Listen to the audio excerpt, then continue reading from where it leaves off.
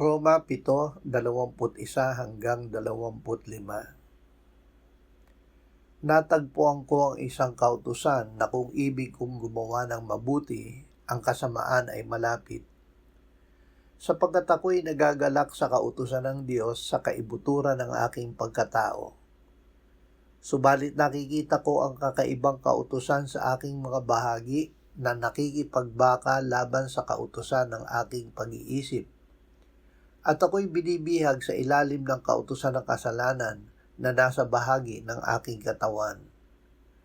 Kahabag-habag na tao ako. Sino ang magliligtas sa akin mula sa katawang ito ng kamatayan? Ngunit salamat sa Diyos sa pamamagitan ni Jesucristo na Panginoon natin. Tayong lahat ay natitisod. Sa ating sariling kakayahan at kapag wala ang biyaya ng Diyos, tayo ay madaling magkasala. Tayong lahat ay natitisod sa maraming mga bagay. Kahabag-habag ang ating kalagayan. Ngunit dahil alam ito ng Diyos, ibinigay niya sa atin si Jesus na namatay at muling nabuhay, na nasa kanan ng Ama sa langit, ngunit nananahan din ngayon sa atin. Si Jesus na nasa atin ay gumagawa upang tayo ay hindi matisod.